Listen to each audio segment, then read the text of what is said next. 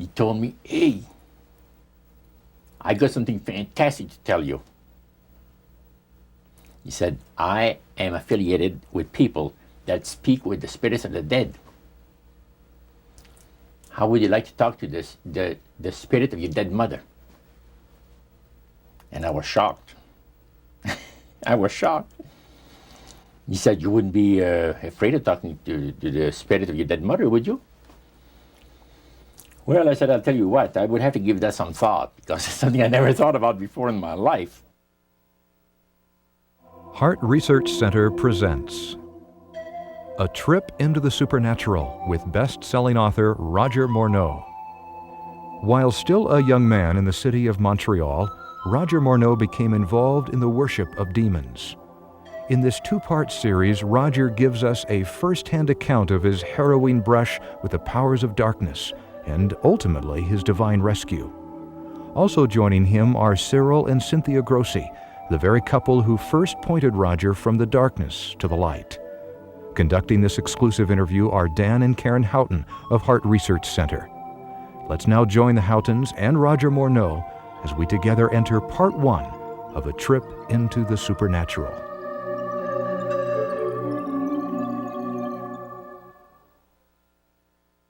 How in the world did you ever get involved in praying to demon spirits? Well, when I came out of the Navy after World War II, I was looking to take up a trade in Montreal, Canada. And at that time, I ran across a fellow that had been on a particular ship with me. And he said, hey, Morneau, you're alive. How nice to meet you. He says, let's have a dinner tonight.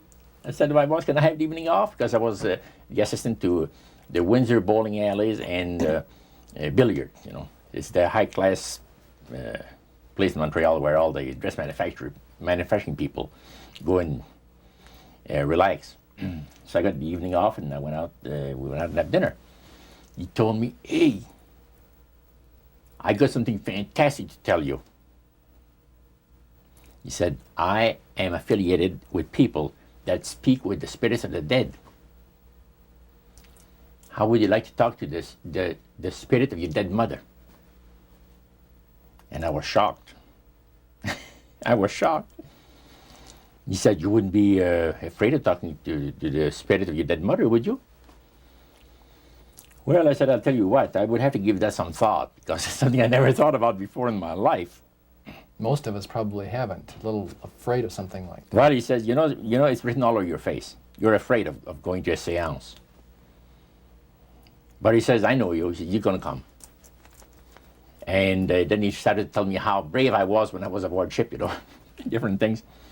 He says, you're not the same man. You're changed. You're chicken. That's all I needed to hear. I said, when do we go to a seance? So one Saturday evening, we were in the place. It was the very first time. Very beautiful place. The medium was a lady. She had a gorgeous new home in Montreal. And there were about 20 invited guests there, which I was one of them. And she communicated with the spirits for different people there and telling them what the spirit said. And then there was one lady that had been talking almost continually before the seance started, and she didn't believe in the dead appearing and all of this and all that. And she said, well, I would have to see my dead sister, she says, to believe it. So while the seance was going, one man said, I would like to talk to my friend that died 6 months ago, but I don't want him to appear. Just want to talk to him. Because he says, I don't trust you talking to my friend for me. So the medium says, let me inquire of the spirit. Yeah, the spirit will talk with you. And that big masculine voice was heard in the place. It says, hi, Frank. It's nice of you to ask for me to talk with you. And they had a little chat. And after it was over, Frank says, this is the greatest thing on earth. to be able to talk with the spirits of the dead. Then the medium said, we have a very special surprise tonight for you people.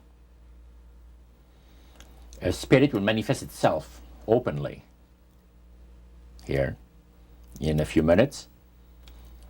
And it's like a big gust of wind hit the building and right through the wall. Now the lights weren't terribly bright, but they were like living room lights. A couple of floor lamps and maybe some of these. And that translucent being seemed to come right out of the wall. How did you feel right at that moment? It's almost like my heart stopped a little bit. Okay. You know, very weird feeling. So it was a lady in a beautiful evening gown, swirling.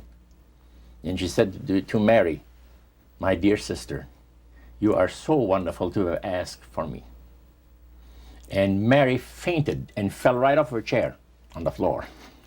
And a couple of guys jumped up and picked her up, and spirit gone.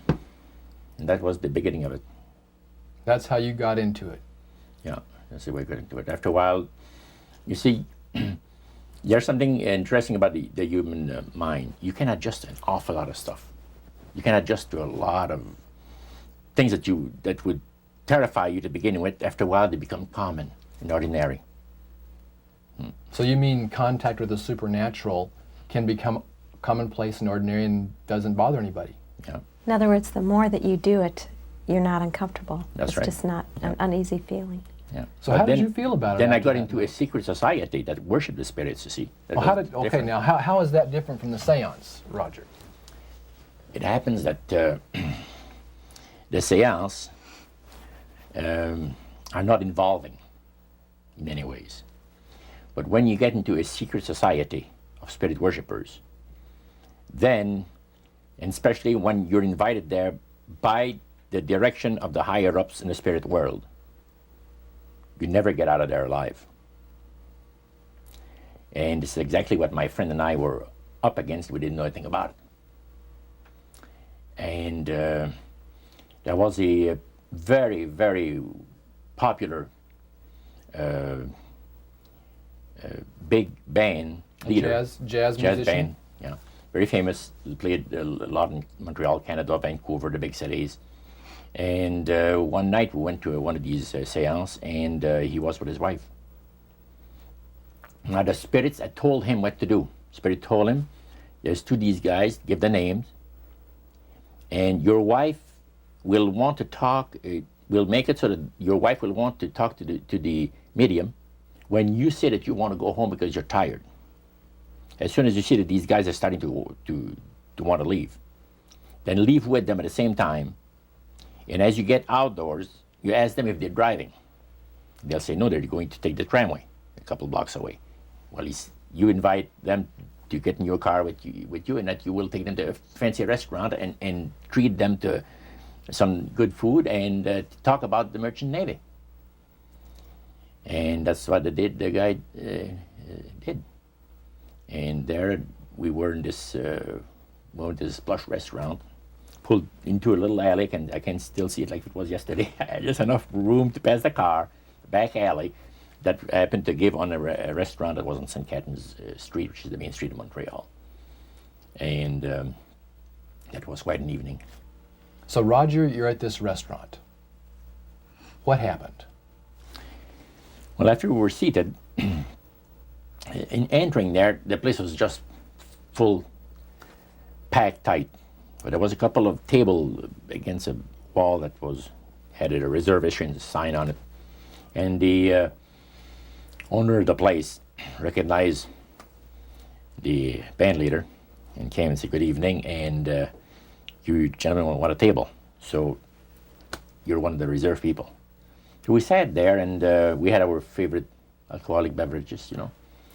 And as we talk, the band leader says, how long have you fellas been involved with sorcery? And he shocked us a little bit. And I said, exactly what do you mean? Well, he said, you know, what you people are doing, talking to the supposed spirits of the dead. He says, this is silly. And this man had been at the seance with you. Yeah, oh yeah. And he's telling you that it's silly what you've just done. Because see, my wife, he says, goes to these seances because she gets comfort and she gets something good out of it, good feeling out of it. And she lives for what the spirits are going to see that the future is going to be like. To me, he says, I can't bother with this stuff. He says, I want power. I go right to the source of power. And he says, how do you think that I became famous the way that I am? Well, I said, you must have had some good luck. Well, he says, there's no such thing as good luck. He says, there's either some power working for you somewhere, or you don't get ahead in this world. Not in my type of occupation. So it went from there. We got talking about spirit worship. Did it intrigue you? Or did it make you want to find out more about what exactly he was talking about? Yeah. So he said the supposed spirits of the dead that you're talking with are demon spirits. They're fallen angels. They're beautiful beings. Just set it out, just like that. Oh yeah. It didn't make you uneasy when he said they were Well, just it shocked you a little bit, something that you first hear mentioned to you. He said, you guys have got a great future ahead of you. Because we've been told, the high priest of our society, secret society, has been told that the master has very special plans for you too. Now, what did he mean by the master? Satan. And we were interested to hear more about it. And he told us, he says, look, we worship spirits. We worship Lucifer and all his angels. They're just as beautiful as they did before they were cast out of heaven. He says there was a misunderstanding in the whole thing, he says, among the inhabitants of the galaxies. And he says our master was misunderstood. And God did not bear with him like he does with people that make mistakes today. So we're in a warfare, good against evil. And we happen to be the evil ones, but we're not that bad. He says, I look at this business between the forces of good and evil. He says, you believe in one person believes in God, and everyone believes in Lucifer. It's like politics. So the great controversy is real. And you've heard someone talk about it that's on the other side. And to these people, they are sold to the fact that Christ will not return to this planet with power and great glory. He's going to abdicate all claims to the planet, because the high priest once said that Christ will abdicate all claim to the planet because he knows that it is lawfully and rightfully Satan's. And at that time, he says, Lucifer, he mentioned Lucifer a lot of times, but he mentioned Satan also. He says, the master, usually they like to talk about the master will resurrect his people from the graves. Now, George is telling you all this, or the high priest? George. Okay, when the evening wound down, and you're putting a cap on all that, you guys had consumed some alcohol. Yeah. And did you feel like that there was kind of a one-shot deal? You didn't know if it ever happened again? What happened after that? He said, no, I said, listen, guys. He said, I like to have you, says, meet some of our people. What about next week, Wednesday evening? I'll pick you up at your place, and you're invited to one of our services. Services? Like a church service? Yeah, something similar like that. It's a testimonial to the spirits, about how the spirits have blessed your life. See? So, when we left there, I said to myself, this guy is half drunk. I'm not going to hear from him again, But it was true. Wednesday night came, he was there with his big Lincoln, step in, and we went to one of the most beautiful area of Montreal. And the place was a mansion. Now, a mansion is usually very large. We'll call this a small mansion. It was beautiful, most beautiful place. Yeah. Roger, your friend George took you and Roland to this mansion where people worshipped the demons. What was it like there? What kind of people were there? Well, it was a big surprise for me, as I kind of made up in my mind an idea that they were going to be rough-looking characters. But as we entered the place, I was amazed to see that they were all very well dressed, well mannered, and that a lot of the people, as we were being introduced to people, were professionals, doctors, attorneys, a lot of business people. And see what they had? They had a praise session to the gods, which is the spirit counselors, which are in charge of legions of spirits, of demon spirits. And they talk about what the Lord of their lives has done for them, because they call on particular spirits, like the god Nehushtan, which you read in 2 King about. The Israelites worshipped the golden serpent that Moses had made. Well, behind the spirit worship, behind that, they were worshiping the serpent. They were actually worshiping this spirit Nehushtan. And the same spirit Nehushtan is, the priest was telling us, that the medical doctor that was telling us how he was making operations that had never been made before, because people had to be awake, yet have no feeling. He was able to, carry on the surgeries that had not been done before. But the spirits would give that capacity to be able to operate without people feeling any pain and things. And also without no problem with the blood, because as he would cut his incision, because incisions, everything open and with no blood running. So he could do the work that has not been done before. So. Now, I recall reading in your book that at this praise worship service they would sing hymns. Why would they sing hymns in a demon worship? Yeah, this was kind of a big surprise to me when that took place. The priest said, "Hey, let's go down to the worship room of the gods and have a praise session, a singing session." So we go down there, and what did they think? You think that they pass around? Church hymnals, Christian church hymnals. And I couldn't believe this. I said, "What's his business?" So the priest says, "Well, now," he says, "for those of you that are new, let me tell you that this is the most feasible way," he says, "to please the spirits.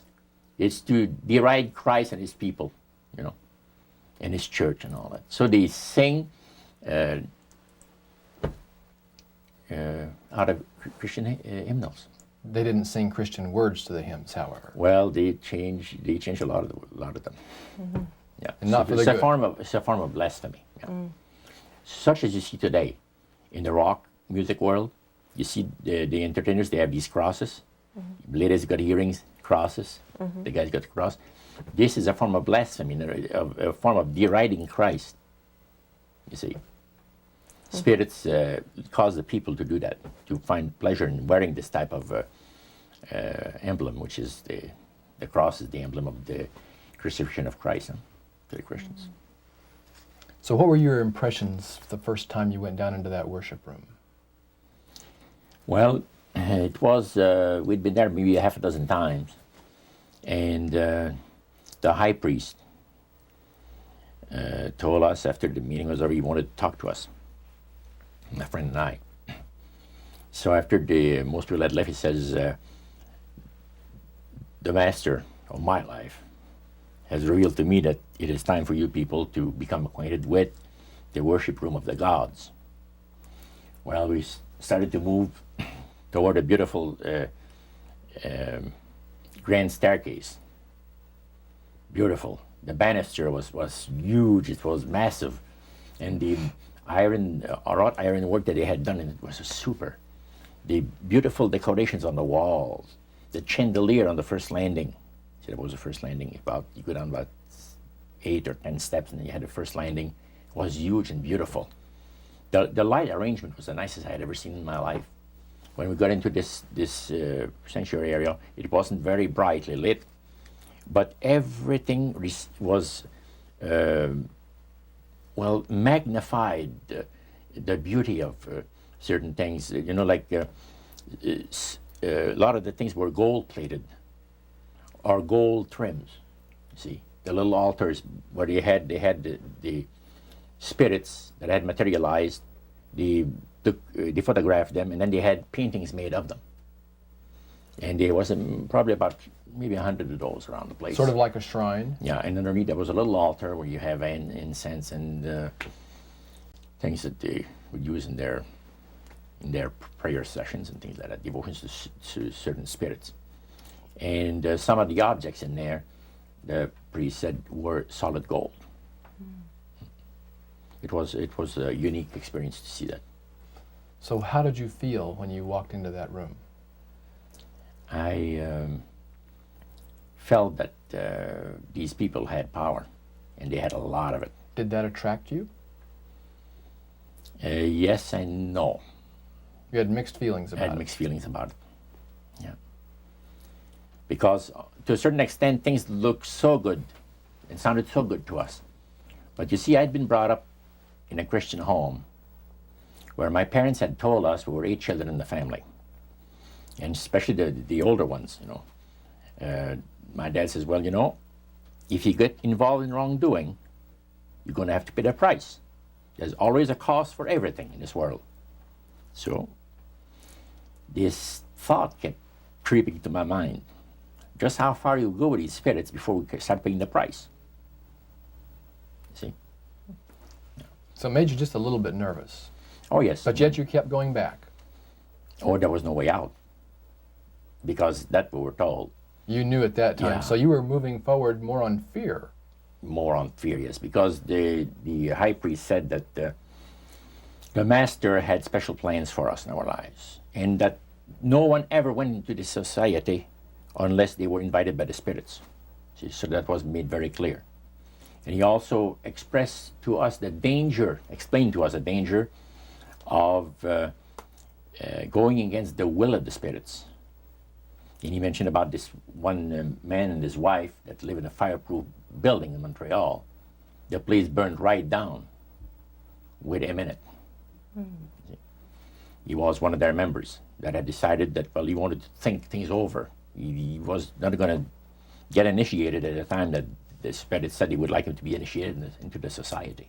So in reality, Roger, you were chosen by high-powered demon spirits to be a part of their human, special, privileged group. You see, these people in Montreal, the society, like the priest mentioned, there's thousands of spirit worshippers in only different societies of spirit worshippers in this world.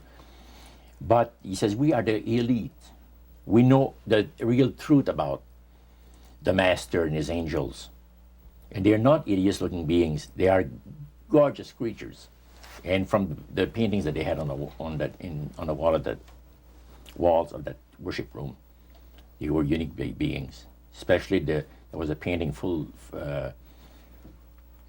size, full length painting of the fallen Lucifer above his altar, and that was very fascinating because he looked like a man of great intellect, high forehead, the way that he looked with his eyes, the way he had the eyes looking.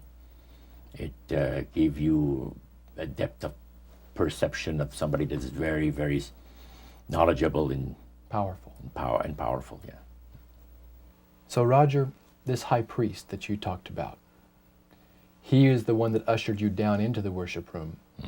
Was he also the one that led out in the praise sessions that you talked about? Yes, and he had an assistant also, another priest. Okay. Now, when you would go to these praise sessions, what kinds of things happened at those sessions?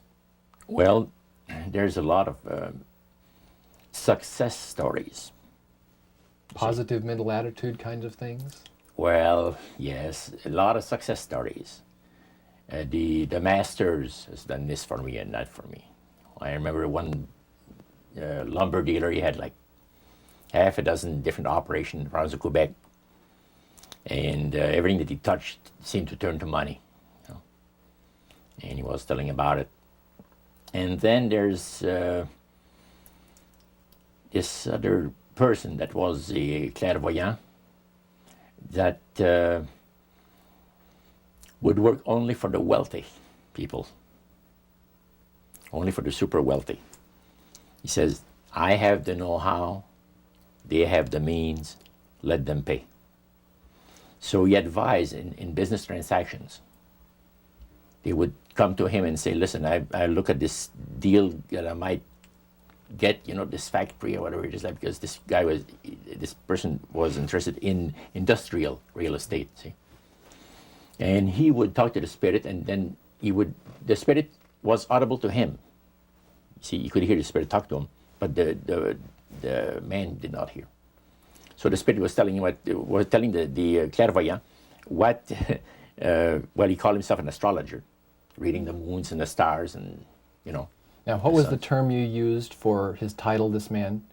Clairvoyant. Clairvoyant. Oh, clairvoyant. Clairvoyant. Okay. Yes, and it was interesting. This person stood up and says, I had a nice little experience last week. And he says, the masters, he says, they take care of you. This lady and her husband brought him, to this astrologer, a bundle of money. They said, this is the deal that you... And he works at only on percentages. Only on percentages. He doesn't work for set amounts of money. Only percentages of what the people are going to make. So he said, they brought me a substantial amount of money. And they were very happy with it, and I thought it was very reasonable. But then my guide, spirit, says, ask them when they're going to give you the other $1,700 that is really yours. And he says to the folks, I would like to know now, before we leave here, when will you have the $1,700 to give me? That makes up my part of, rightful part of the deal.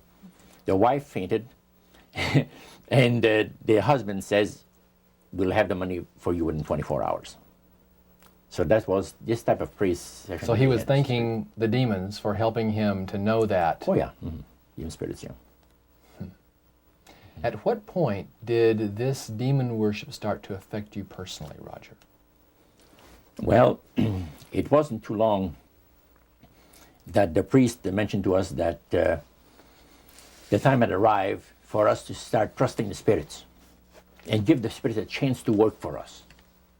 And there was a number of gifts that you could choose from, you see. And I used to play the horses, some. Not knowledgeable at all. I used to go to those bookies, play the horse every so often. But I said, hey, I would like to be able to, for the spirit to instruct me on the numbers and the name of the horses that's going to win, at Belmont or some other racetracks like that. Make myself a little money. So the priest says it'll be given you. And sure enough, one night whether I fell into a trance or dreamed the thing, I don't know exactly what happened, but I saw 3 races that were really going to pay big. And these horses were dummies, so to speak. You know what I mean? They were not really good horses. They were like one horse paid 21 to 1 because he was that poor, right? The chance of winning was so poor that they paid 21 to 1 on him. And it showed me that I saw the board at the bouquet and the number on it. And I went there, and they said it was going to be on Saturday. That was like on Wednesday. A few days later, it was Saturday. I went there, and sure enough, there they were on the boards. I went to the wicket and handed some money and got myself a winner. Now I said, well, I'm a little crazy. I ought to put more money on there, so I put $20 onto the next horse, and that paid 21 to 1. So I left there with maybe $400 or $500 in my hands, and I started to do that. In this case, I went directly down to the finest men's shop on St. Catherine Street, and bought myself a $200 suit. And in 1946, a $200 suit was... In 1946, people used to work at the RCA Victor, where I had worked before I went to the Navy, for $18 a week. Mm-hmm. And the good earners were $75 to $50 to $75 per week, for labor. So the demon spirits looked on you so favorably, they began to help you win in your gambling. Then I went to other bookies, you see. And one day, I am told of the man at the cage where you do your bet. He says, my boss would like to talk to you. And he said, you go right through that door over there. Oh, sure. So I know the guy says, come on in. The guy's sitting behind the big desk, smoking the big cigar. So he says, you're Roger. I says, yeah. He got up and walked around me. He said, you don't look that smart. I said, what, sir? You don't look that smart. He says that you could pick horses that are winners when they're supposed to be losers. Where do you get your help? What do you mean help? I'm not getting any help. I just happen to go and, oh no. We've been watching you here, he says, for a number of weeks. And you always leave here with some of our good money. And I'll tell you, buddy, if you want a list of all the bookies in Montreal, I'll give you a list of them. But he says, I want you out of here. And don't show up again. Because somebody's going to put a, you know what I mean. I said, okay, sir, I won't be back again. So it's a tough business to be in gambling. So even with the Spirit's help, it was tough. Yeah. Well, it's stuff he's going to shoot you, yes. Yeah. The high priest would say a number of things to you when you were in these praise services, and you went to a number of them over a period of time. Mm-hmm. Talked about the issues of the great conflict. You've already touched on that a little bit. I want you to follow up on that a little bit more, Roger. Some of the things that you wrote in your book, Trip into the Supernatural, sounds a whole lot like what we as Christians today know as the Great Controversy. Mm-hmm. What were some of the things that he told you there? Well, he says that there's a great controversy going on between the force of good and evil, between Christ and Satan. And they always praise the great master, Satan, as a super intelligent being that he is, beautiful to behold. And if he ever appears to you, you won't be able to look upon him because it'll be too bright. It'll just ruin your vision. The high priest said he was in Chicago, and the Spirit appeared to him and said, Morneau and his buddy, George, has invited them to the service, and the fellow that is in charge while you're away says that he's going to wreck all the work that the spirits have done for the last few years to get these people into the society. So the high priest, which is in Chicago, picks up the phone and calls, and the Spirit appeared to him, and he said the angel was so bright that he could not look upon him. And he says after he picked up the phone to dial, he couldn't dial the phone because of the fact that his vision was so terribly blurred by the light, the beautiful light of the bright being. And he asked, dial 0, and the operator came on, and she had to, dial for him. And they talk about many, many things in regards to, who's going to win this conflict. Any discussion about fire and brimstone? Yes. He says, the Bible people, talking about the Christians, they read in the Bible that, we're all going to land in a lake of fire and this and that. So that's baloney. He says the conflict is going to end peacefully. Christ is going to realize that he might as well abdicate the rights of this planet, take his few people on with him to his planet in the center of the galaxies, and we will be left with a master who will resurrect all his people that will be as numerous as the sand of the sea. See? And the master will rule forever and ever and ever. A happy people. And he named some of the people that's going to be there. I don't want to mention the names because they're known to history. Yeah. So that was quite impressive. Did you always feel, Roger, that these people were telling the truth? Oh yes, yeah. Yeah, they really had things down straight. But I was not satisfied with the answers. And there was something, and I understand now it was the Spirit of God saying, hold back, fellow. Hold back. And the priest had talked about us thinking seriously about being initiated into their Into cult. the right. So they let you come to sort of take a look, see, but you can't go back for several months. Oh yeah, it's not a matter of whether you're going to be initiated or not. It's when. when. You see? So they begin to press you for a commitment. So the priest said, look, fellas, I'm not going to pressure you into anything, okay? But I want to show you what the spirits can do for a devoted servant. We went downstairs, not through the staircase that I talked for the worship room of the gods, but at the other end of the building. Went downstairs, and a number of times I'd gone there to the men's room, and I heard these typewriters clicking like the dickens. Man, it's going. I said, why do we have a lot of people typing in there, in that room? Well, we went there that evening, and he knocked, and the man says, come on in.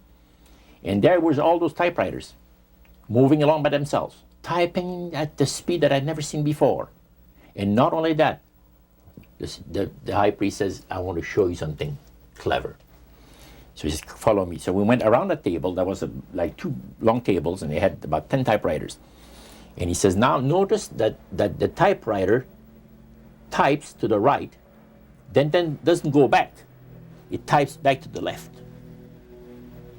Isn't that something? I had never heard of things like that before. He said the spirits are doing the work. And he introduced us to the man. And the man is a lawyer. And he said, how much money did you make last year? Oh, he says, it's in the 6 figures. You see? So this lawyer had a business in the building that housed the worship room. Oh, yeah. And he had a whole room full of typewriters. Yeah. And he put paper in there, and demons That's typed. all he did. Put typewriter paper in there. It was And what came out? What was it that came out? different briefs for court cases. And so he would sell these to people? Oh yeah, Okay. he had this service to the legal profession, And the high priest was the United showing States and Canada. So the high priest was showing you this to give you an idea about the kinds of blessings that you would That's receive? right. Yeah. But after you left that typewriter, the room where the lawyer was, they tried to draw you into a commitment by getting you to make a public profession. Tell us about that. Well, they have a super beautiful resort in the Laurentian Mountains, which is north of Montreal, north of Saint Agathe. Saint Agathe is a famous name there in Montreal. Montrealers, because they all go Saint Agathe or north there, you know, the summer home and that. So they had a big resort up there for their people, you know. So it's a closed society. And they had on October the 30th, Halloween, is that? October 31. 31, last day of October. They had what they call live animal sacrifices. I don't know what it is. But they did. We could never find out. By the time that the Lord pulled me out of there, I had not yet found out what it was. So you have this intrigue involved in there. And you talked about three very unique services that I attended there that sit on my mind forever. One was entitled Christian Idolatry. Another one was entitled The Super Deception of a Glorious New Age, which actually applies to the New Age today. And this was 1946 that we're talking. And then the other one was Satan's Great General Council of the 1700s. And I must say the things that I heard there was an eye-opener. First of all, we'll go through the Great General Council. Okay. At the beginning of the 1700s, said the high priest, Satan and all his spirit counselors held a Great General Council with one purpose in mind. It was to prepare for the great industrial age that was soon to break upon the world. And Lucifer also foresaw another age that was to follow that, where tremendous scientific discoveries would be made by people, and we would enter a unique age that would change the way that everybody lives. It would also serve to usher in the end times and the close of the great controversy between the forces of good and evil. And the priest said that Lucifer had been studying the Bible. And he found in Daniel 12:4, where we are told about the time of the end, many shall run to and fro, knowledge shall be increased. Mm-hmm. He understood it to be that we're getting to that point. And he had, with all the spirit counselors, to change their modes of operation in order, to ensnare people. Mm-hmm. And he devised a way whereby people would disqualify themselves from being members of Christ's kingdom. And he was just very candid about this. Oh, yeah. Telling you and the rest of the group, 60 or 70 people there, the plans that close to 100 people. Lucifer had revealed to him. Mm-hmm. And by the time the council came to a close, they had 3 major policies that were going to be followed. First, they were to see to it that humans would be made to believe that Satan and his angels do not really exist. Because up to that time, you could walk down a street of Paris and you would have signs that would say where you have a soothsayer or a fortune teller of some type, and if you want to put a curse on someone, you could go and see this other old lady over there, the old witch. That's the way it goes. But now it had to change. Lucifer says we have to make sure that people, humans, get to believe that Satan and his angels do not really exist. Roger, that's interesting because a recent research study report that I read indicated that in a national survey, I believe it's over 75% of people do not really believe in a real tangible devil. Mm-hmm. But there is one. Oh, yeah. Now, the next thing, the 3 parts policy that they had adopted there, the second one was to find a way of being able to get total control of people's minds. And that would be done by taking hypnotism out of the realm of the occult and introduce it as a new science for the benefit of mankind. So part of what the high priest told you was Satan's strategy to take total control of people's minds. Mm-hmm. They felt that by taking hypnotism out of the realm of the occult and introducing it as a new science for the benefit of mankind, they could then use people of great renown, educators, people of capacity, that would do great things, such as supposedly regress people in time to former lives that they had. Mm. And of course, after the session is over, the person would not know a thing about ancient history. And the person that she or he has talked about performing, certain deeds, we'll say 3,000 or 4,000 years ago. But this was their strategy. Now, what this would do for the thing is this, that it would create in the minds of the general public, solidly set in the mind of the general public, an unwavering trust in that great deception. In other words, people could, they would believe it. This person was hypnotized, was regressing time to, former lives, and did this and did that, and no deception. Maybe Alexander the Great, we'll say, and some of his generals and people like that. And the person, after the session is over, comes out of hypnotism, and he or she doesn't know what she's talked about. So now this would be a way of de-Christianizing the Western world through the avenue of mysticism. Mm. Now the time came when Lucifer decided that he had to choose a person to initiate this thing. And Franz Mesmer, which was an Austrian physician, was chosen. Because the priest told you all of this? Oh, yeah. Okay. Because he was most capable. Mesmer originated a theory called animal magnetism, later on named mesmerism. Mesmer was led by the spirits to believe, and this is what the priest said, was led by the spirits to believe that certain persons have a magnetic influence within themselves, so to speak, that would cause them to have great power over other persons, even to the point of placing them into a trance. And at that time, that was readily accepted by people in general, at the time that Mesmer lived. So people realized, you know, they said that some people got a capacity to put you into a trance. That's the way. Now, by the time that he died, in 1815, a lot of the physicians in Europe were using hypnotism as a means of anesthesia. Now, hypnotism is the same as mesmerism? That's right. Okay. So mesmerism that's been developed to a higher degree of refinement. And the priest went on saying that the plan of Satan to deceive the human family this way, he says, is the most intriguing thing to his mind.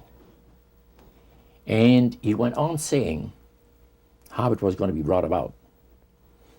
He said that a fellow by the name of Darwin and another fellow by the name of Thomas Henry Huxley would be used by the spirits because in their childhood they had been hypnotized by medical doctors.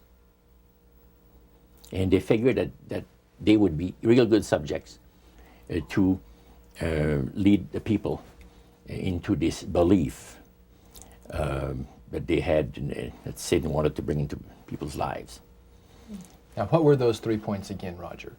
The 3 things were, number 1, that they did not want Satan did not want the human family to think that he or his angels existed. Right. The second point that you made had to do with taking control of people's minds. That's right. The third point was what? Was to destroy the Bible without burning it. Okay. See? And what was his strategy on that? On that, it was very interesting.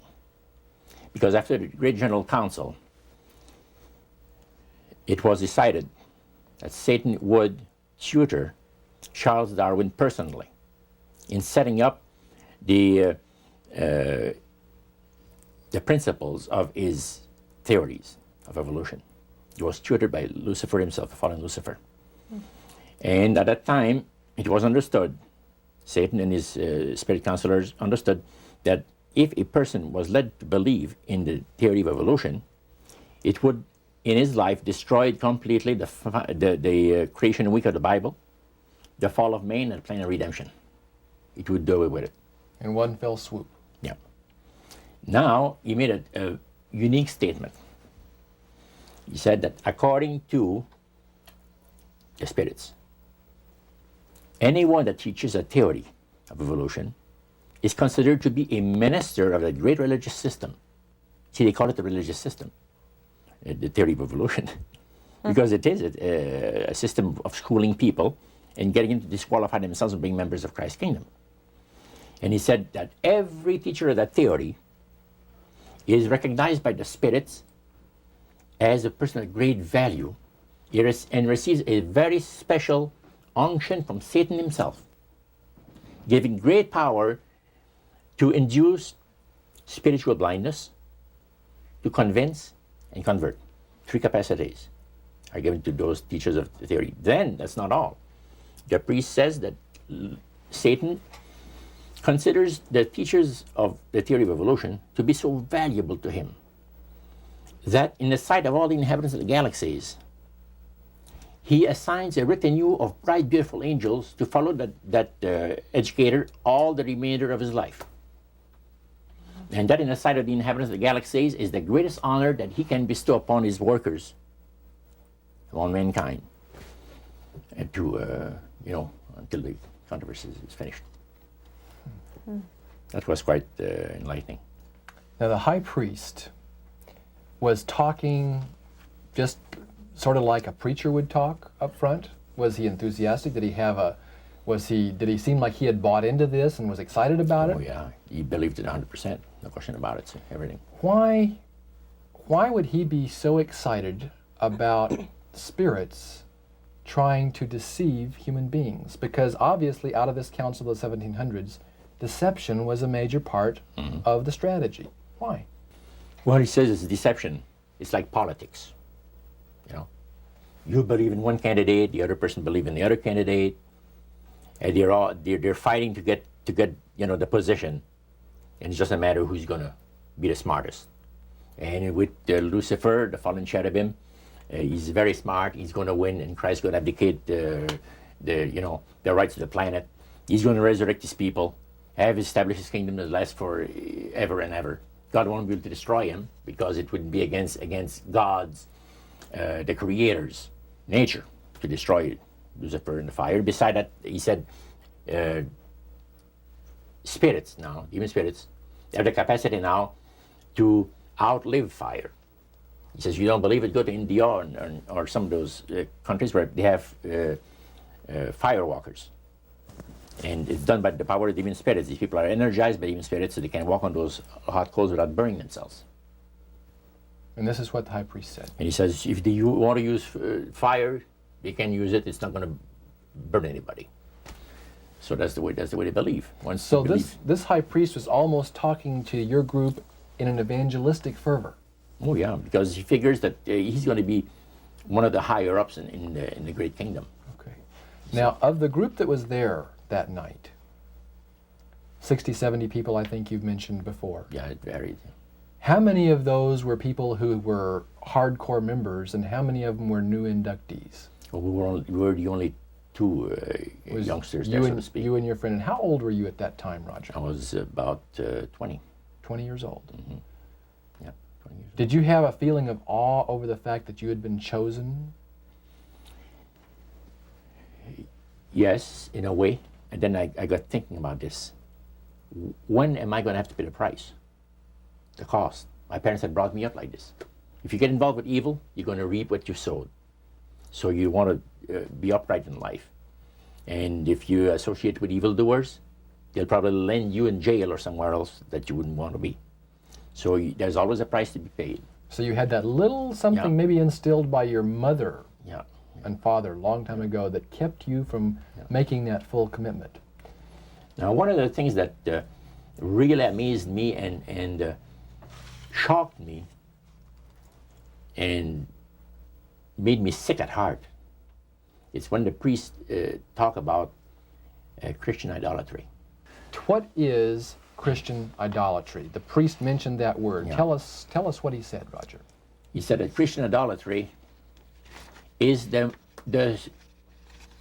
most grandiose or great deception that has ever been brought upon the human family, upon mankind.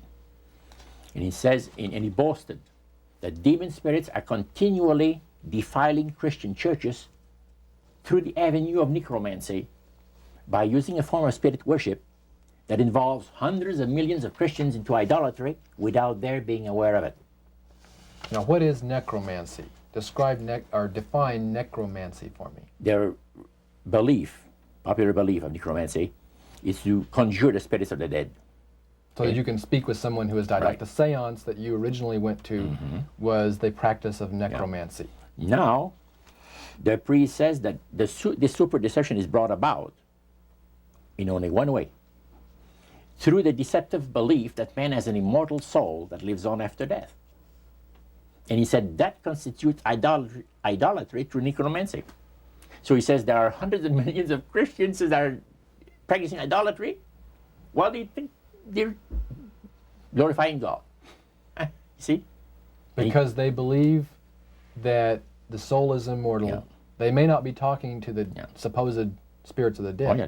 Contrary to popular belief, necromancy does not consist of conjuring the spirits of the dead. The reason being that man is totally mortal and does not possess an immortal soul. So who are they talking to?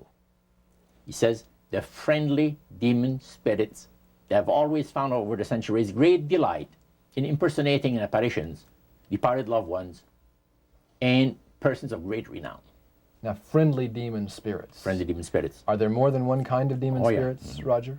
Well, there's three main divisions, and then there's divisions within those divisions. You have the friendly demon spirits that seem to have the finesse and the refinement, and they're not upset about what happened when they were thrown out of heaven from what I gather. Then you have the warriors. They like to bring misery and destruction in the lives of people. Then you have the oppressors. And the oppressors are the real wicked spirits that hate God with all of their, the Creator with all of their might. So he went on explaining. He says, now, necromancy is in reality a belief, a religious belief. People believe that the dead have entered into a higher state of existence than they had when they were alive.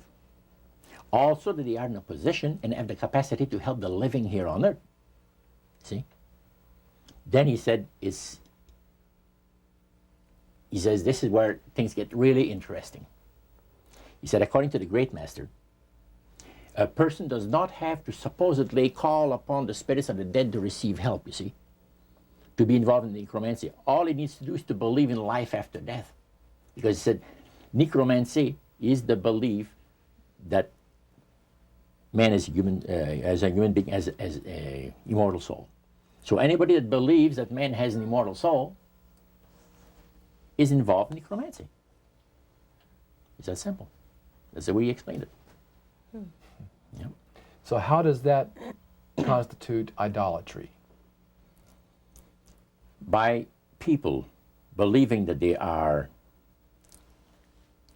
either talking to the saints, you see, the spirits of the dead saints, or a dead relative, or a dead person of some type. And you take, for instance, like Loretta Lynn. She says on national television, and I have the data on it, that I heard it myself. She said that she was made successful in her singing career by a dear friend of hers that was the same age as she, and died when she was 18 years of age. And Loretta was trying to get into the singing world, but she says, I had no success at all. Until one night I was sitting in bed reading a book. And she says, who walks right through the wall but my friend, the spirit of my friend? And she says, Loretta, I'm going to make you a very famous person in singing Western country music, and I will be with you all the time. Trust me. And she says she had a big concert once, and she was coming down with this bad cold. And she thought that her voice was going to give. She talked to her spirit and felt that she was going to be helped. And she got on the stage and she started to sing, and right in the middle of where she really needed the power, no power at all. And her spirit friend tapped her on the shoulder and started to sing for her. She said, her voice went through me, the power. See? And you saw this in a television documentary? Yeah. This was, I believe, in 1976 it took place. Now, the priest explained that when people believe in this business, they are actually opening themselves to be completely deceived by demon spirits, because it gives the demon spirits an opportunity to impersonate the dead, see, and for people to believe their lies. And the priest says that thrills first of all, he says it brings to the great master the respect and the reverence that is due to his great name. And it makes all the other spirits exceedingly happy, because they are the ones that have worked to lead people to believe in life after death. See? And they rejoice also. And that's the extent of what Christian idolatry is all about. Friendly spirits, just to digress for just a moment. You mentioned 3 different categories, and the friendly spirits are the ones that love to impersonate being a historian or something. We specialize in that. In your experiences in the praise services or in the worship room or the other places where you were, any of the places you were, did you ever witness an event where necromancy or even something that would be popularly called channeling today took place, where you actually heard the voice of someone in response to someone's questions? Yeah, a number of times, but there was one time in particular that fascinated me because it was unique in one way. The priest told us that there was a French historian that was affiliated with Montreal, University of Montreal, which is a French university and the English university is McGill. So the University of Montreal is the French university. And this man was from Paris, but he's affiliated with the university. And he wanted to have some details in regards to Napoleon Bonaparte and one of his generals. So, by the way, there are also in other parts of the world elite spirit worshippers like the group that we had in Montreal. And he mentioned there that, he said, you guys are fortunate when my friend and I went in, because you're right in time to see something very interesting. My friend there is having his devotions in the worship room of the gods, and he will use a trance medium to converse with certain demon spirits that will inform him in regards to ancient history about Napoleon. And sure enough, we went down there, and somebody came up and said he's ready for the session, and we went down there, and he said he would need 3 people. You would need 3 people, but he wanted 5 people that volunteer to be the channel for the spirit. Okay, so three of them were chosen there, and the others went back and sat down. And the man shook his head like a little bit like this. His eyes went glazed, and he stayed at it for a half hour. And the spirit spoke to him. He said, I'm a spirit counselor, and what would you like to know? And he had a clipboard, the historian, and asking some questions. This historian was from Paris. Yeah. And he was wanting information. Some detailed information about on Napoleon Bonaparte and one of his generals. And so he asked the questions of one of these human beings that was channeling. Oh yeah, the voice changed and everything. The voice changed of the person completely. Okay. And it identified itself as a spirit guide. Oh yeah, spirit counselor, yeah. Okay, a spirit counselor. And Yeah. and then proceeded to tell him all the events that he was asking, Yes. answer his questions? And there was a certain question that was asked, and the spirit counselor said, I will have Lord Remy and Lord Alphonse duplicate, in other words, the dialogue that had taken place. Oh, And little drama. Yeah, A little and the 2 other Men did. men fulfill what he was looking for. But the one thing that interests me is the mayor of Montreal, Camillien Hood. During World War II, at the beginning of the war, he was very controversial when it regards to the war effort. He would tell the French-speaking boys not to go into the armed service, you see, because you're going to go and shed your blood for the British, you know, and we're their servants, so to speak, and all that, and he didn't want him to go into war, and they put him in prison. He was jailed for the length of the war for this. Now, the man said, I would like to have you tell me, to the spirit, to give me part of the speech that was given by Camillien Hood on the steps of the Montreal City Hall on a certain date. There are different versions of what has taken place, and you, Lord, would know the exact one. Now, the mayor of Montreal was still alive. Was still alive. And this historian is asking what was actually said at a speech. Yeah. Okay. The spirit counselor said, I'm sorry, I can't help you. All of my activities and my people have taken place in Europe. However, after my departure, our departure, other spirits will come and help you. And sure enough, the guy vibrated a little bit, and he's back, and he said, boy, how long? He said, 20 minutes, you've been used as a channel. So they, again, the spirit entered into him, and the spirit said that he was a spirit counselor that could give him the information that he was looking for. So, again, it was given verbally, and it was the voice of Camillien Hood. Now, how did you know that it was the voice? Well, because of the fact, you see, I was a youngster in those days, just about ready to go into the army. And Camillien, we used to listen to the radio We had no television in those days, so it was only radio and reading newspaper. And all the speeches of Cavalier made and all of it was on the radio all the time. And in those days, they had no tape recorders, as we have now.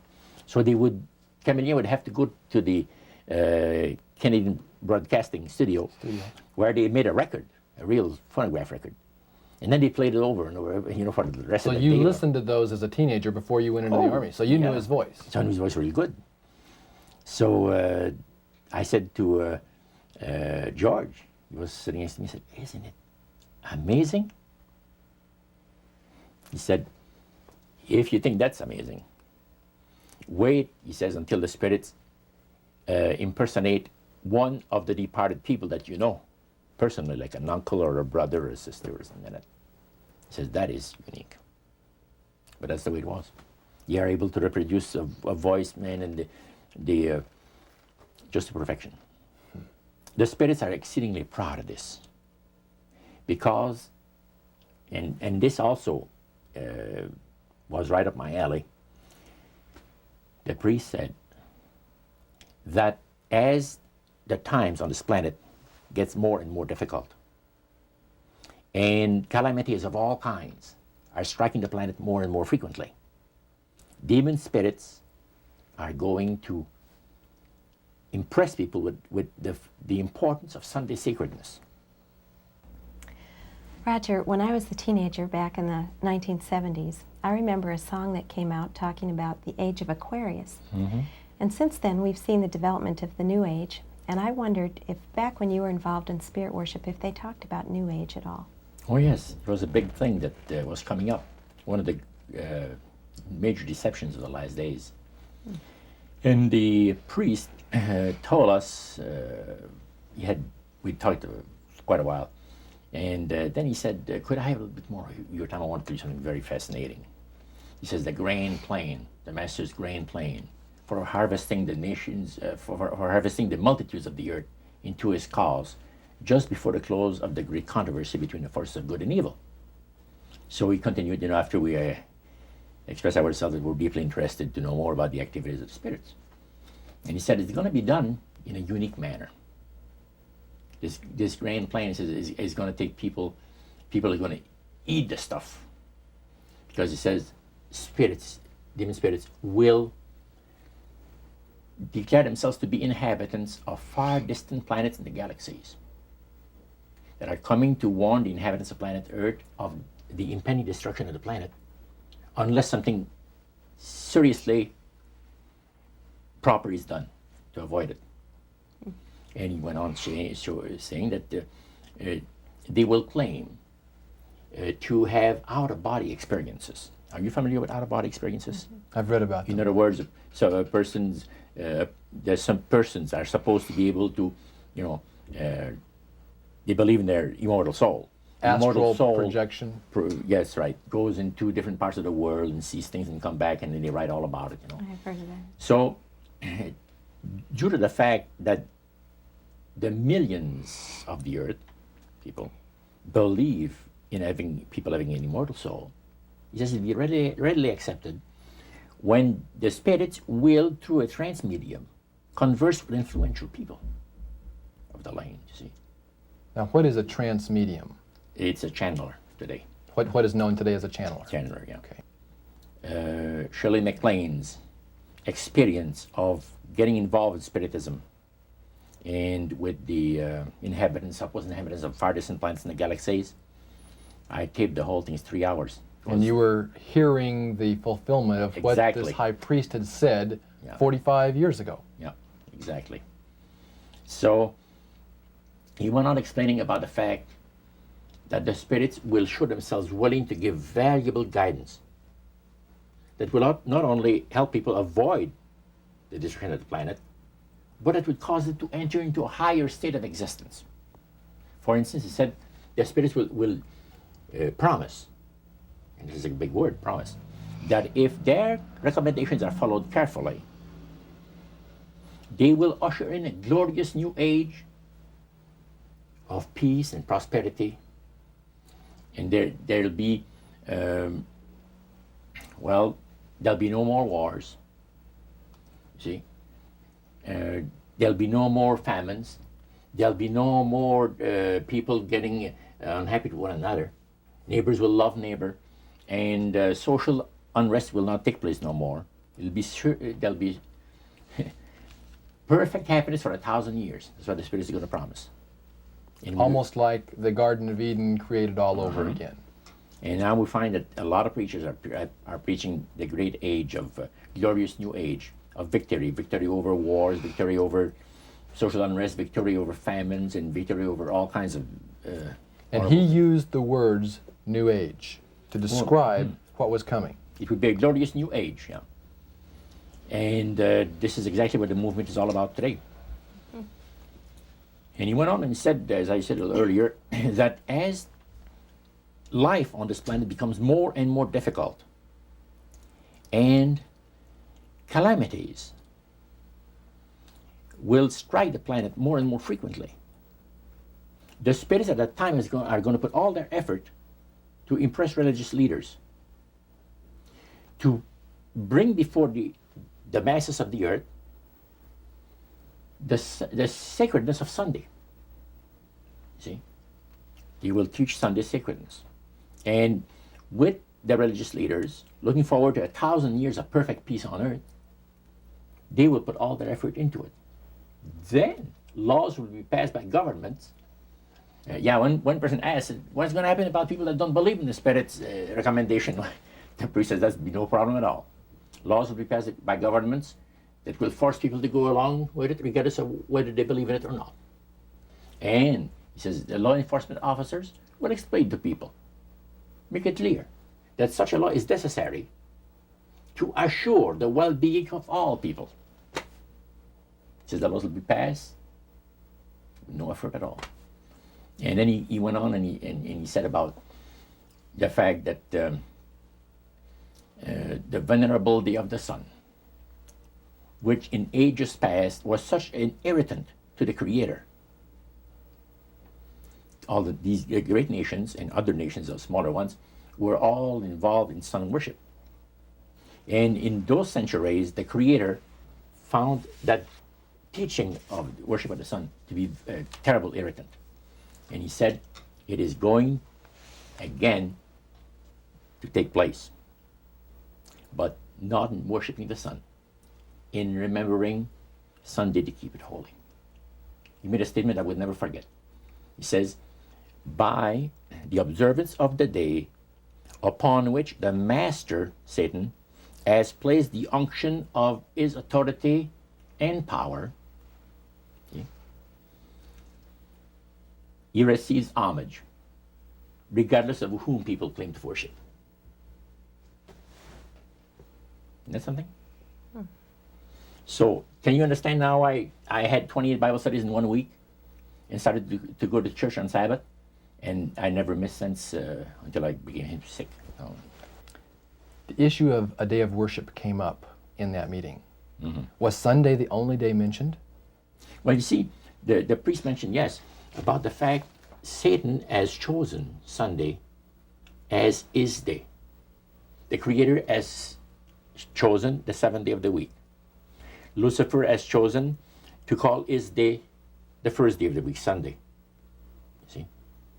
And regardless of what people claim to worship, worshiping God, the Creator, by observing that day, that particular day, they are bringing homage and respect.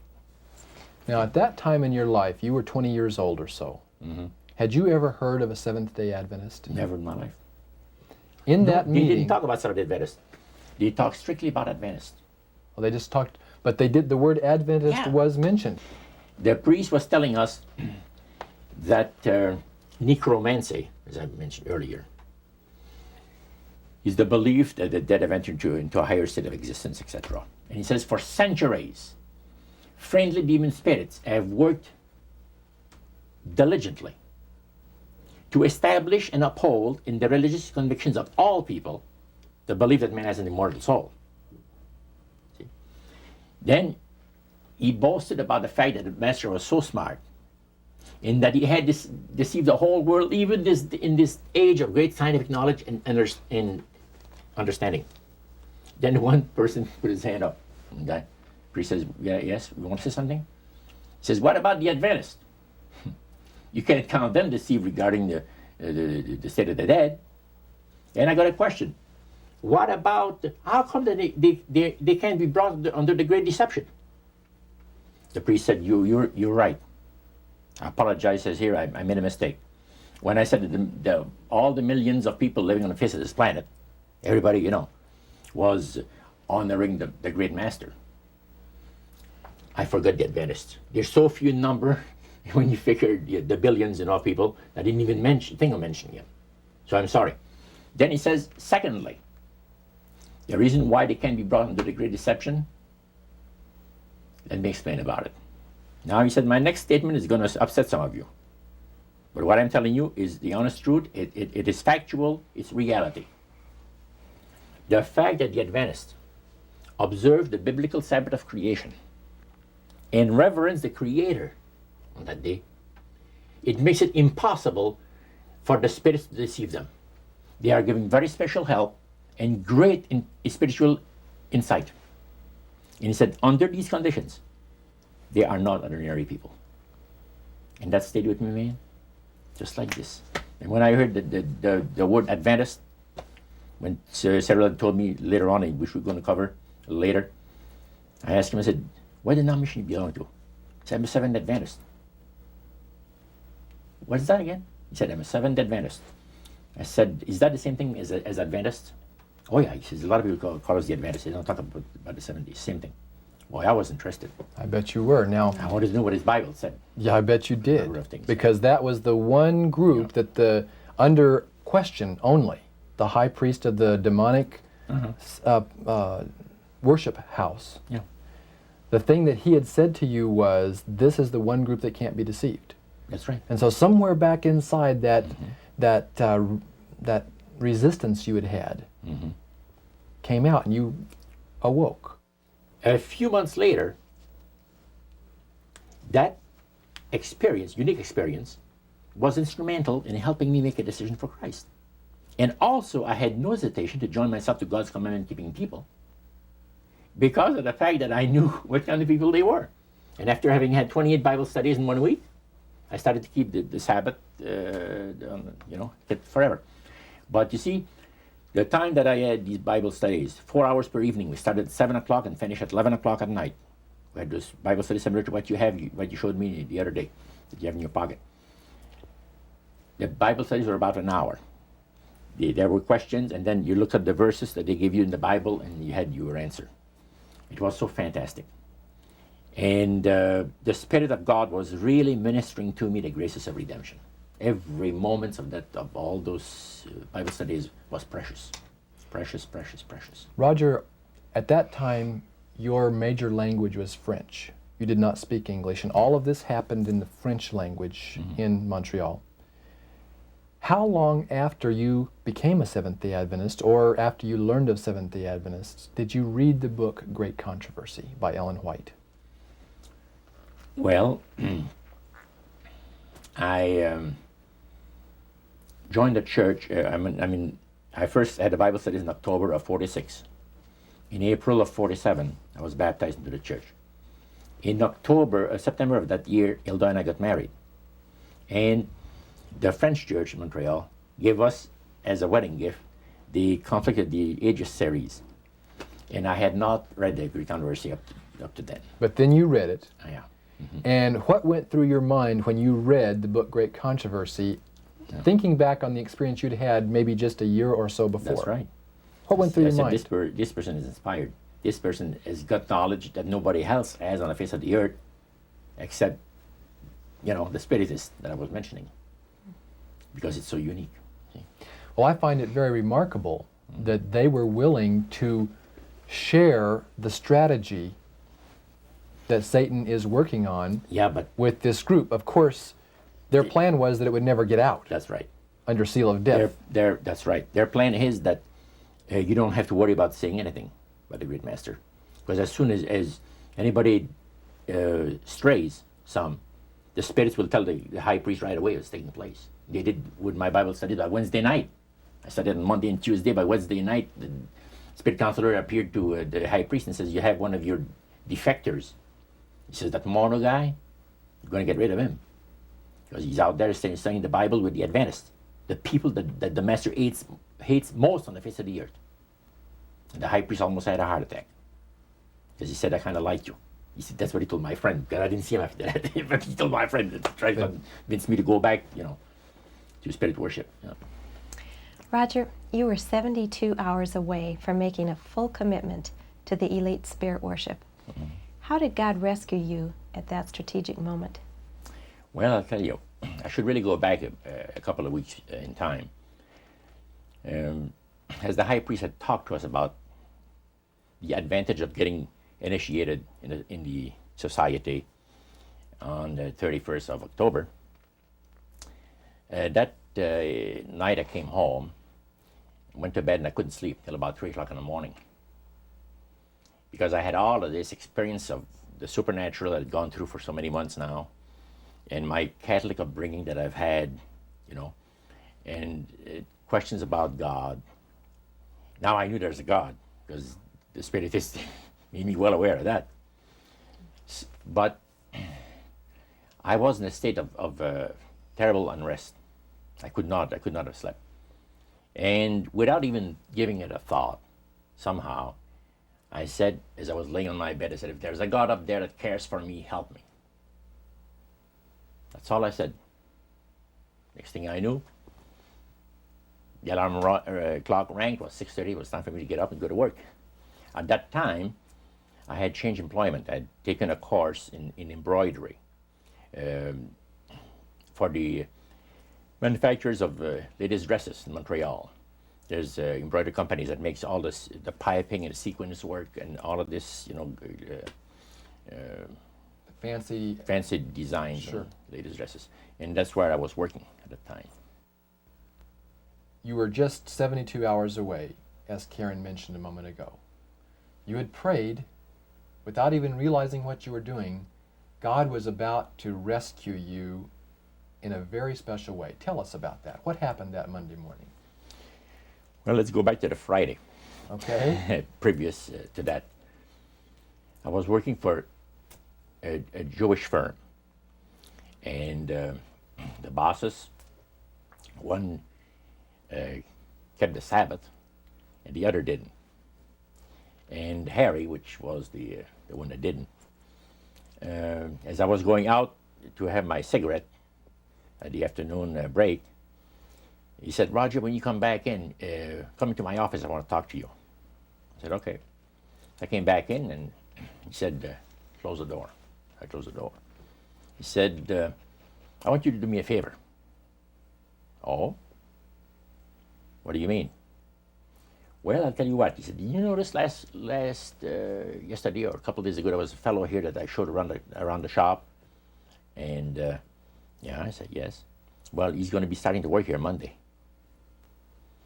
And he's not just an average guy. He's a Christian, but keeps the Bible Sabbath. I said, go over that again? He says, yes, like the Jewish people, he keeps the 7-day Sabbath. Saturday is the 7th day of the week. Well, I said, let me tell you, sir, the nuns have told us that there's been a mistake made in the calendar, that actually what shows to be Sunday is the 7th day of the week. Oh no, he says, there wasn't no mistake made in the calendar, he says. Saturday is the 7th day of the week, and you see it on your calendar, and he says it never was changed. And Sunday is the first day of the week. Oh, and I said, that's interesting. I said, I'm going to have to go to the library and check this out.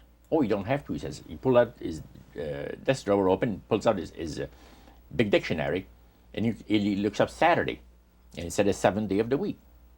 And he looked at it on Sunday, and he said the first day of the week. Okay. Well, I said, that's pretty interesting. Now, here's what I'd like you to do for me.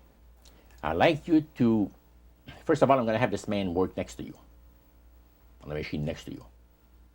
And don't tell him that I want to know what denomination he belongs to. You got to be very tactful. You have all the time in the world, even if it takes a month, he says. He says, I tell you what, he says, it's the craziest thing. He says that I've been thinking about this guy and I can't get him out of my mind. about this, the fact he's a Christian and keeps the seventh-day Sabbath, keeps the Bible Sabbath. And he said, I got more important things to think about than stuff like that. So he said, I want to find out what denomination he belongs to, and I just did. I said, why didn't you ask him? Well, he said, no, I wouldn't do that. That's too personal. Okay. So he wanted you to ask him and find out for him. Find out and not let him know that the boss was interested. So Monday morning came, and the new fellow came in, and the boss introduced him to the people. There was about maybe 50 people working in that plant. And he said, Cyril is an accomplished embroiderer, and we'll be very happy to have him here with us, and made a little speech. Then he walked him to his new machine, and he says, Roger, meet Cyril, and I shook his hand, and we started to work. And it was not more than about 20 minutes that I was working that my machine started to skip stitches. So what happened? You have to stop and back up where you were. And I was working on sequence. In other words, the sequence come up. There's a row of thread behind it. They're all set up, and it's on a spool. And then the needles put them in there. And when it skips, you got to stop, back up, start over it from where it left off. It wasn't too long that I'd done this 2 or 3 times. And that really made you happy, I bet. Man, I was mad. And as a French person, usually they don't go easy on the saints and gods. That was using some language was not that great for Cyril. But anyway, I called the boss over. I said, come and see this machine. I'm having trouble with it. He checked it, worked on it for 5 minutes, work with it. Beautiful. I sit down again, start to work, the same thing happens over again. Harry, after he tried that 2 or 3 times, he said, Joe, come over. He's the old guy that knows everything about everything, in the shop. So he looks at the tensions and adjusts things, and he says, it's working beautiful. Well, I started to work again, and another 20 minutes after, same thing, and I had to stop the whole thing. By then, it was time to go out for the coffee break. Cyril and Cynthia, so good to have you folks come down and visit with us for a short time today. And Cyril, I want to start off our visit by just asking you about an experience you had, I believe, almost 45 years ago. That's right. You had gone to work at a new embroidery shop in Montreal, Canada. Mm-hmm. And there was a guy that was at the next machine to you that first day you went there. Did you notice anything strange about him? Yes, I did notice he had some peculiarities that, well, to say the least, they were different. First of all, when he worked at his machine, when he had a little malfunction, he knew how to, criticize the machine by using some language that was quite offensive, to me at least. He would curse at the machine, and in both French and English. He was quite a linguist. And when my machine would break, he noticed that I would just fix it and keep on working. There was a difference, and he noticed a difference himself. We were both behaving differently when our machines didn't function right. Now, so that very first day, there were problems with the machines. Your machine and his machine had problems. They both had problems. But you had a chance at the break time to get acquainted with him. And how did he approach you? Well, he approached me with a question, sort of. He said, I noticed that when your machine gives trouble, you don't get angry. You just fix it and keep on working. And I told him, well, it didn't make sense to get angry with the machine. It's an inanimate object. And he sort of apologized for his getting angry with his machine. And we started a conversation there, and it gave me the opportunity to sort of introduce him to some of the things I had experienced just a few days before. And what were the things that you had just experienced a few days before? I was getting some Bible studies from a minister named Elder Warren Taylor. And although I wasn't an Adventist, I was quite moved by those Bible studies because of the fact that as he gave the Bible studies, he kept it quite simple. And he would prove everything he would say. Even if it's from the Bible, he would prove it. And in some cases, he proved it from worldly books such as the Encyclopedia Britannica. And he gave good evidence of everything that he was saying was true. So I started walking out, and I told Sarah, I said, have you ever seen such a crazy thing as this, the trouble that I have with this machine? No, he said, it's a new machine. I said, brand new machine, just a month old. He said, that's very unusual. So we go downstairs, and I said, do you have any suggestions how to fix this problem? No, not really, but he says, I have a suggestion that might help. He says, I heard you, he says, calling upon God, but it was not in the way that I would have liked to hear you talk. He says, go easy on God, he says. Did that offend you, Roger? You know, I said, thank you. You did not offend me, because he was pleasant about it. And I said, you know, I said, thank you. I said, I'm sorry if I offended you by my language. He says, it didn't bother me. I said, by the way, I said, this is the opening. You're quite a religious man, I understand. Yeah, he said, I read the Bible and go to church. That's great. I said, what denomination do you belong to? Well, I'm a Seventh-day Adventist. Excuse me? Repeat that again? He says, yeah, I'm a Seventh-day Adventist. Did that shock you? Well, the word Adventist shocked me. The Adventist, you see, I had heard so much about the Adventist, but Seventh-day Adventist, I had never heard the name before. I said, what does it signify, the name? He says, well, we're 7-day observers. We believe in the Bible Sabbath, that God has blessed a particular day of the week and has sanctified it. It's put a special blessing on there, and that we ought to count our blessings on the 7th day and, you know, give God the honor that is due to his holy name. Is that any difference between what they call, some people call the Adventists and Seventh Adventists? Oh no, it's just the same people. Most people just talk about the Adventists, and you know, people know that they're talking about the Seventh Adventists. Then your interest was really piqued. Now I said, man, what a unique thing to have happened to me, that I meet one of these guys. You're together out there at your first break time, and you're discussing the language on the job when the machines had broken down, but you had an opportunity to begin to share some of this newfound faith that you had been discovering. Right. Did you find him to be interested, open? Well, what really happened was he would ask questions, and I found out later that the reason he asked questions was when I went to get the job, I was so impressed with Elder Taylor's Bible studies that I told the employer right away that I didn't work on the Sabbath. He said, well, that's all right, you don't have to work on Sunday at all. I said, no, Saturday. So being a Jew, he became rather interested. And he told Roger, Roger told me later on, check this fellow and find out why he keeps my Jewish Sabbath. So Roger's questions were motivated by the fact that he was told to check. And the more questions Roger would ask, the more interested he became himself. So as he became more interested, and I told him more, he suddenly said, I want to hear more about your religion. And I said, okay, this weekend. He said, no, tonight. So we talked about a number of things. And after lunch, I told him, I said, I want to see you at 3 o'clock. Again, I want to have another question for you. So 3 o'clock came along, we had the coffee break. And many things had passed through my mind. And I knew that if I get involved with religion, the Spirit is going to destroy me. So I've been assured, we've all been assured of that. You don't deviate from the will of the spirits. Otherwise, you're nothing, your history. So I told him, I said, Cyril,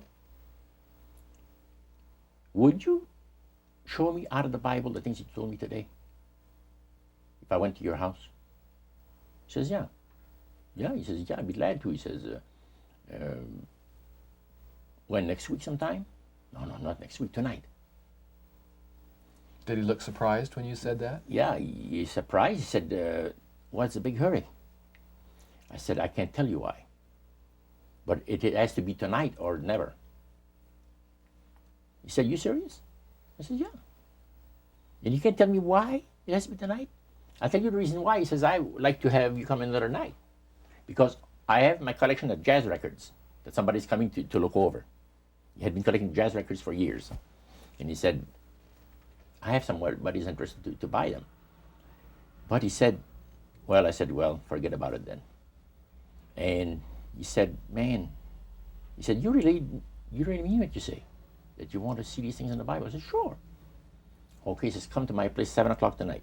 Give me his address. So that evening, 7 o'clock sharp, I rang the doorbell. Did that startle you? It startled me because it was fortunate I had 28 Bible studies for busy people, something I just bought. And I ran home, Cynthia and I were married at this time. And I ran home and I told Cynthia, we have to give some Bible studies because this fellow's coming tonight. So I went through the first couple of Bible studies as quickly as I could and got myself familiarized with them. And we got all ready, and sure enough, he came. And we sat in that room, the room that we talked about that burned, and we started those Bible studies. And he was very interested. Cynthia, that first night that you had your Bible studies with Roger, how many studies did you actually do with him We did 4 on the first night? on the first night. We started promptly at 7, and as we went through, with everything in detail, in full detail. And we thought that, oh, this is just going to last the evening, and that would be the end of it. And then he said, no, he says, let's do the next one. So each one, so we didn't finish until about 11:30 or quarter to 12. And when we finished, he'd sit around and talk. By the way, he was a chain smoker. The room was covered with smoke. We could hardly see the Bibles in our laps. And we had discussed this prior about him smoking. And so we decided, we prayed about it, and we asked the Lord that even though each time he came, the room was just heavenly, full of smoke, that we will read his word and that he will take care of the smoke. And I happen to be allergic to cigarette smoke, and we were all huddled together. It was really something to see us. 28 Bible studies in a period of 1 week, 7 days. 7 days, 4 hours a night. 4 hours per evening, yeah. 28 Bible studies. Now, they didn't plan this. So, as we chatted, and I just met Cynthia, now, Cyril told me, I got to explain things to you a little bit. I am not a baptized member of the Seventh Adventist Church. I'm just studying into the church doctrines with the minister. He says, my wife is a Seventh Adventist. But he said, now I think I'm going to be baptized also be a Seventh Adventist. But I said, I'm not one right now. Now he says, my wife is the one that really knows the Bible. I don't know much about it. And I think that she's got the right study for us tonight. He says, it'll take about an hour. Can you spare that much time? Oh, I said, evening is yours. Well, she had a set of Bible studies that were entitled 28 Bible Studies for Busy People. That was the title of the series. She pulled one out and she says, now, we could see here, there's different questions. The first one was on the Word of God. And she read the question and said, then we can find the verses in the Bible that gives us the answer. And the next question, she said, would you like that? I said, beautiful, let's go. So Cyril was sitting next to me with his Bible because he was able to find where it was. I had never opened a Bible in my life, never. So, because I never had access to it, let's put it this way. And that's where it started, on the Word of God. After the Bible thing was over, he says, well, did you find it interesting? I said, most interesting, very interesting. I said, what's the next study coming up?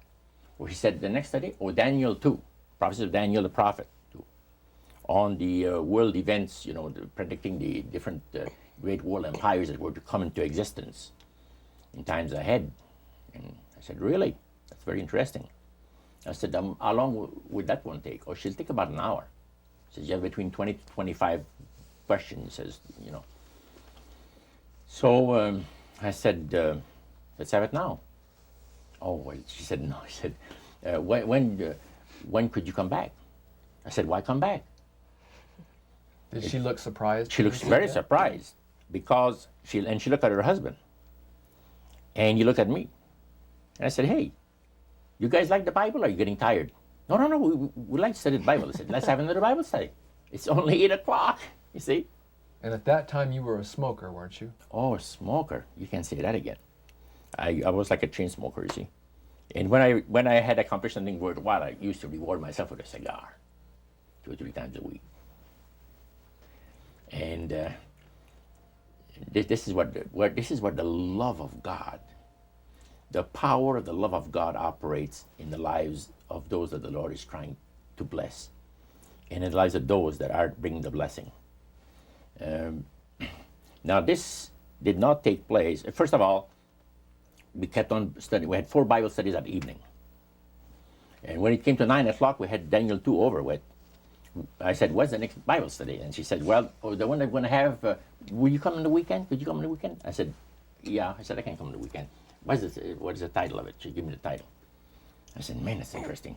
It's only 9 o'clock. Let's have it now. So Cyril looks at her, with very surprised look on his face. And Cynthia, she looked at him. And I said, what's going on between the two of you? It's like you have a conspiracy that says that we're not going to study the Bible with this guy more than an hour or 2. But she said, let me be honest with you. Our minister, Pastor Taylor, has been giving us instruction on how to give Bible studies. Because Cynthia says, I never have given Bible studies. And we really wanted to know how to give Bible studies to people that ask us the reason of the hope that is in us. And he's told us exactly how to do it. You have 1 Bible study per week. If the people are exceedingly interested, you could have 1 in the middle of the week, the other one. But never more than that. And she says, we've already passed our quota. So the reason, Roger, for their hesitancy was not the fact that you were blowing smoke in their face. Oh, no. It was because they were trying to follow the instructions that their pastor had given, and you were asking them to break all those rules. That's right. Do you think they could sense your urgency? Sarah and Cynthia told me later, yes. They said there's something very unusual about this man, Cynthia told her husband, because they went to get water, and to get me a glass of water, and she went in the kitchen to get something else, whatever it is, and she said, what do you think of him? And Cheryl said, there's something very unusual about this man. He said, you want to study the Bible? Let's study the Bible. We won't tell about Elder Taylor. Let's not say a word to Elder Taylor. We're going to ruin the whole thing. You're going to keep it a secret. Because the minister had said, you give people a spiritual indigestion, and they'll never want to open the Bible again. You understand? But this shows that there are some times when someone's appetite for it is so strong that you have to follow the leading of the Holy Spirit. The Holy Spirit, that's it. And they had prayed about this thing. Now, Cyril had told his wife, this man is coming for Bible study at 7 o'clock tonight for a Bible study. And he smokes. He's a smoke fiend. What are we going to do? Should we tell him not to smoke in our home? He said, if we do that, I'm afraid he's not going to stay for the Bible study. What would have happened if they had asked you not to smoke? I would have said, I'm sorry. You're not my kind of people. You see? You're too reserved for me. I'm sorry. And still to this day, I thank God for the leading of the Holy Spirit that at that crucial time moved in there and inspired these people to say, wouldn't you die, Cyril, for us to save a soul for Christ? Cynthia said to her husband. He said, yeah. It's not going to kill us, even if we inhale all the smoke that he puts out, right? Because they had prayed about it, and then they had thought about it, and then when it came to be 7:15, he said, what are we going to do about the smoking? Are we going to tell him not to smoke or what? And then when she came out and she said, let's put up with it. Well, we had that 3rd Bible study. Now it's 10 o'clock. And I said, by the way, what's the next title? And she told me about it. My goodness, this is a beautiful Bible study. I said, let's have it. And he said, really, Roger, we've studied too much tonight. We're never going to be able to remember these things. Oh, I said, you'd be surprised. I got a mind like a sponge for the things that I like. He said, you're enjoying yourself. I said, never heard anything like this in my life. Let's have another study. What time do people go to bed? First of all, I don't want to, infringe on your on your regular habits of resting yourselves. And well, he said, we go to bed 11 o'clock. Beautiful. I said, go on, Cynthia. And Cheryl says, go on, Cynthia. And we had another Bible study. Now the Bible studies are over. And I said to myself, if I'm still alive, I want to be here tomorrow night. Did you seriously doubt whether you would be alive the following night? I felt sure I was going to be killed, going to be destroyed in some kind of an accident. Because I've heard of so many cases. So I knew that I was not, this is the way I felt. I was not going to be alive tomorrow night. If for some reason I'm alive, I want to be back here with study the Bible with these people, see? So I said, what are you people doing tomorrow night? Not too much. What about 7 o'clock? Another Bible study. And she looked at her husband, and he looks at her, you know, and he said, hey, we won't tell Elder Taylor. We won't tell him a word about it. We'll just do it. We'll just do it. He says, we'll be here at 7 o'clock tomorrow night waiting for you. The next night, man, I was there. 4 more Bible studies, see, and more smoke. This has been part 1 of A Trip into the Supernatural, an interview with best-selling author Roger Morneau, as conducted by Dan and Karen Houghton of Heart Research Center. The conclusion of this exclusive interview is contained in part 2.